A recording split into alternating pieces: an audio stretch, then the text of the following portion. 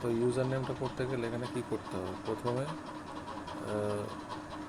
প্রথমে গিয়ে সেটিংসে যেতে হবে। সেটিংসে গিয়ে এখানে নেম যে লেখা আছে ইউজার নেম, এখানটায় লিখতে হবে ইউজার নেম। দেখো ইউজার নেম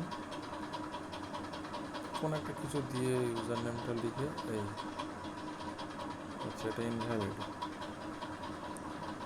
তো এখানে এটা দিয়ে দেখলাম হ্যাঁ এটা হয়ে গেছে, গ্রিন টিক চিহ্ন মেরেছে, এই হয়ে গেল। হয়ে যাওয়ার পরে এবারে ব্যাক যাব, গিয়ে আবার ট্রাই করব, চ্যানেলটা সার্চ করে নেব, ঢুকে গিয়ে এবারে এটাতে ক্লিক করবো, করলে এবারে পয়েন্টটা দিয়ে দেবে 838 পয়েন্ট দিয়েছে। ঠিক আছে,